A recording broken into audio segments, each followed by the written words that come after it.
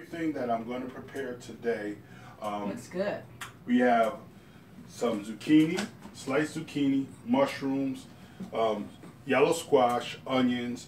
This is all going to be for a vegetable medley, which you love so much. So yeah, this is the first meal that you started cooking for me, right? Yeah. And what is this here? This here is tarragon. This is part of the herbs which are going to go to season the vegetables. This is oregano. Smells good. And this is cilantro. Now I switch up from time to time. Sometimes I'll use basil. Sometimes I'll use thyme. But basically, herbs are the best thing to use to season food outside of like sea salt. The sea salt, and you want to get iodized sea salt because hey James, you need the iodized sea salt to help with the blood, and it helps the circulation with your circulatory system. You taught me that, so that's a shout out to you. Hey, so what we're going to do to get started is I have some quinoa, which I'm going to toast up in this saucepan right here. How long does quinoa take to make? Quinoa takes the most 15 minutes. I'm going to try to break the record though today. So what is that, 1 cup, 2 cups? This is 1 cup of quinoa. Okay. Now quinoa is just like rice as far as how you cook it. What you want to do with it is you want to put 1 part quinoa and 2 part liquid. Now the liquid that we use is either going to be vegetable stock or spring water. Reason being, we want to keep and maintain the integrity of the alkaline lifestyle for this. Then we have over here a pan, and now I put everything on medium-high heat so that we can get everything going real good.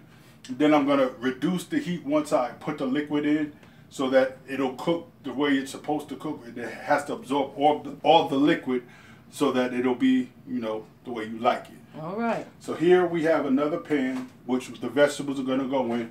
What you want to do is use grapeseed oil.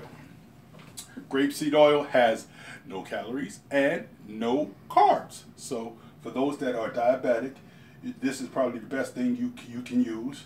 So what you do is you just want to coat the bottom of the pan with the grapeseed oil just to get started.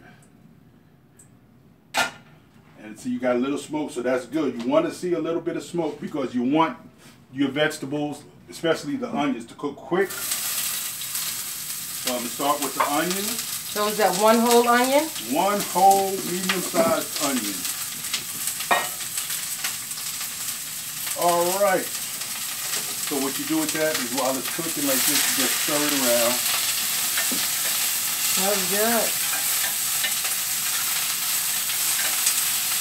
And once you put the first ingredient in, you can turn the heat down so it doesn't burn. So I'm going to turn it down to a little bit below medium heat.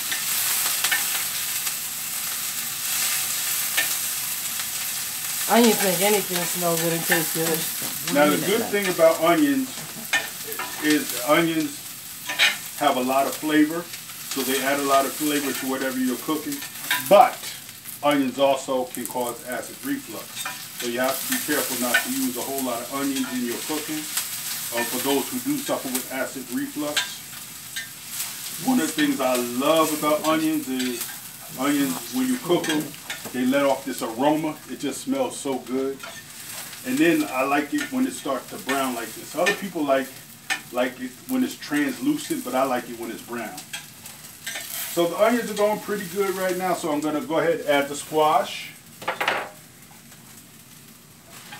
Yellow squash.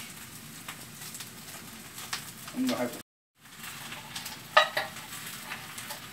Now the good thing about these 2 vegetables, they have a lot of water in them. So I'm not going to have to add any liquid to it. It's going to create its own liquid. I just have to keep an eye on it and just watch it. I'm going to cover it up so it can just do its thing right now. And then I'm just going to concentrate on the quinoa for just a moment.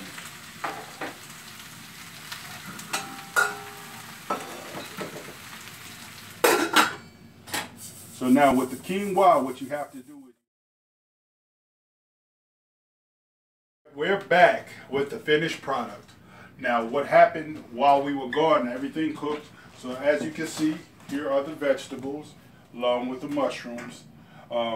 And then the quinoa is finished. So how I finish the quinoa is once it finishes cooking and it gets to this state, I'll go ahead and I season it. And the reason I do that is because it holds the flavor a lot better than you season it while you're cooking. So what I do use to season it is I use about 2 tablespoons of coconut oil, and I just stir it around in the quinoa. Then I add the salt, which is about another, I would say, teaspoon of salt, just to give it some flavor.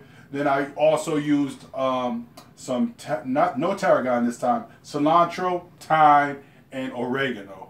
So that's the finished product, and I'm just going to go ahead and plate it up so you guys can get a look at it, see how it looks.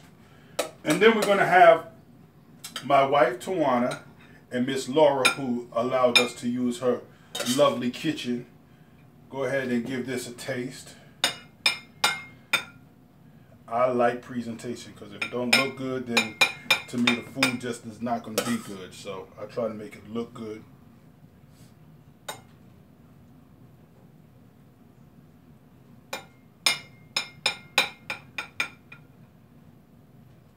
Alright, so we have a bed of the quinoa, and then we're going to add now the vegetables.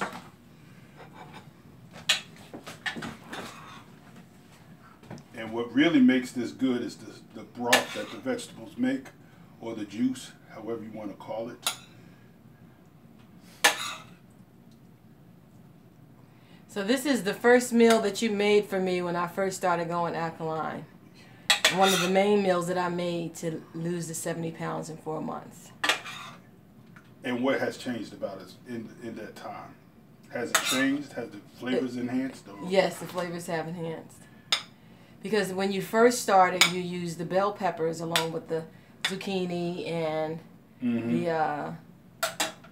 the squash.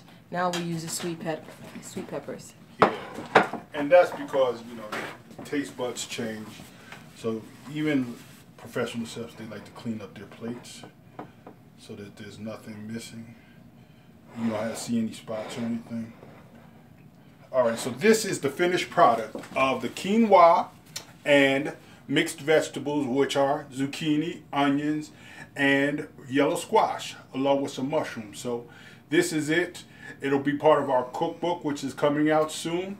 I'm working on some new recipes, and I'm going to get ready to start the next segment. So you guys stay tuned, and we'll see you soon.